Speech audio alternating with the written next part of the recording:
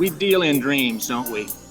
People in our line of work are all about making dreams come true for others. Usually it's the American dream. But I'd like to close, if I could, talking to you about the other kind of dream, the ones that happen when we're asleep. Ordinarily, when we dream, we are carried along by whatever obscure images our subconscious chooses to pull out and show us. But every great once in a while, we become aware that we're dreaming. And that changes everything. Suddenly, we have the ability to create any experience we want. I want to be clear about something. This is not another card trick. The point is that actually a shuffled up deck of cards helps us generate randomness. And you'll see in just a second that we're going to need some randomness. It's extremely important this time that the person who helps me had no concept that they'd be part of a mystery show today. So I'm going back to the bowl. You need to watch me closely. I am mixing them up.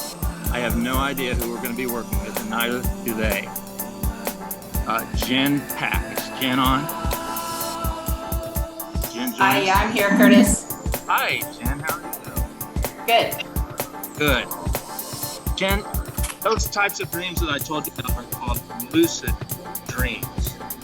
They are exceptionally vivid. Very often when people awake from lucid dreams, they're a little disoriented. They have to ask themselves, well, wait a minute, was I dreaming then or am I dreaming now?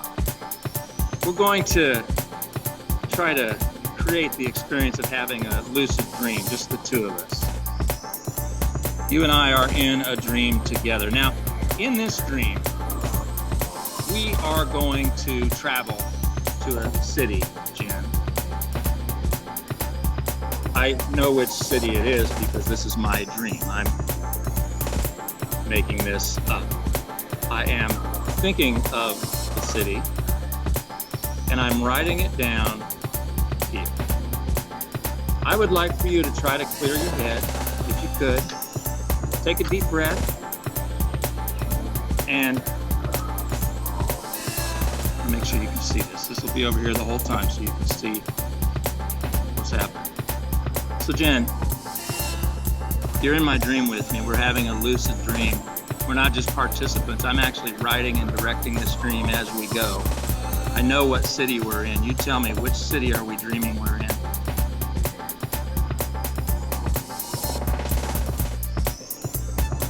You may have muted yourself. Yeah, sorry, I was muted. I think we might be in Prescott, Arizona. Prescott, Arizona. Isn't that something? You are very intuitive. I'm glad we were able to communicate here. Okay, so we're in Prescott, Arizona. Jen, I'm getting hungry.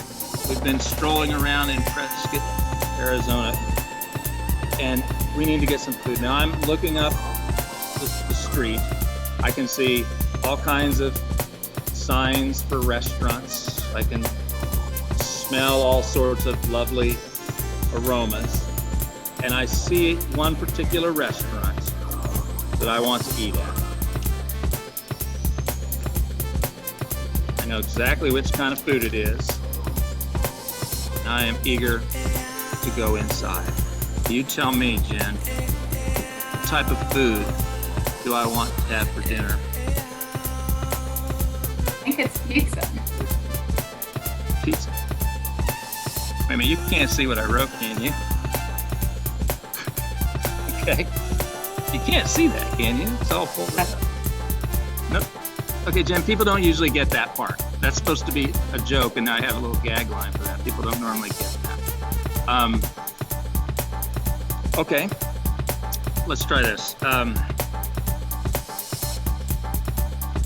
Told you I could see the sign up there. What's the name of the restaurant we're going to go into? Ramon's Pizza Joint. Ramon's Pizza Joint. Hey, did that just come to you, or have you been in a place called Ramon's Pizza Joint? No, I've never been in a place called Ramon's Pizza Joint. That just entered your mind. Well, I think you put it there because we're in a lucid dream together, so. We're having you picked up on the theme. Thank you, Jen. You're following, you're tracking. Okay, to be honest with you, you've actually got me a little flustered because normally people aren't that on sync here. So kind of forgot. Okay, let's pretend we are in,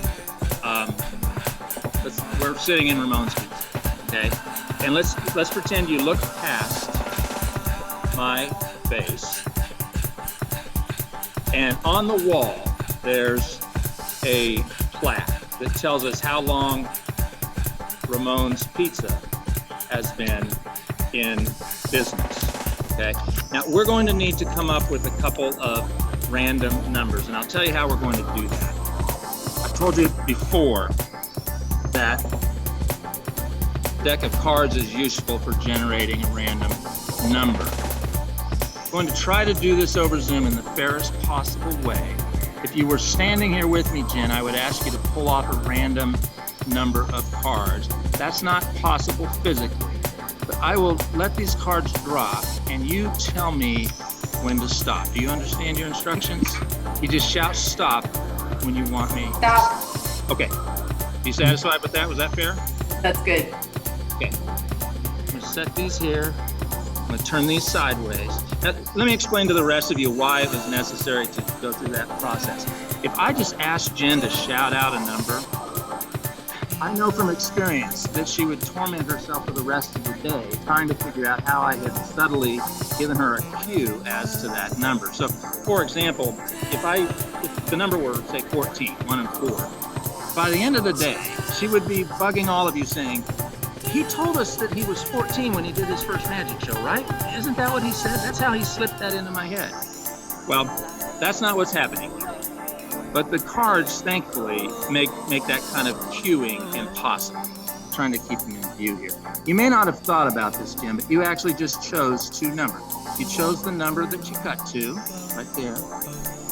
And then you chose the number right above it.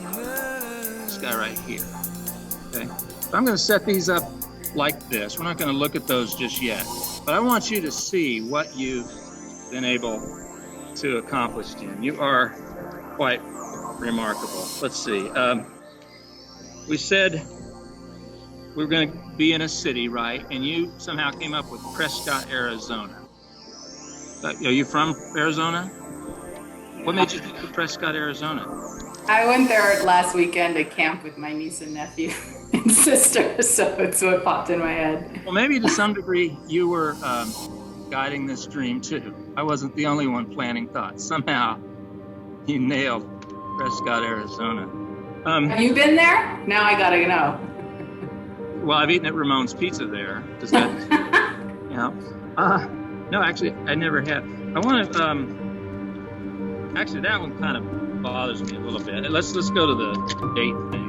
I will tell you, I'll just come right out with it. In my dream, I believe the year was 1928. I believe Ramon's Pizza was founded in 1928. So I'm hanging out here. There's no sleight of hand I can do that's going to change that or this. 1928. And you chose the 2 and the 8. You are amazing. But, you know, this is the part that really has me kind of bugged. This is that moment where you find yourself asking, okay, was I dreaming then? Or am I dreaming now?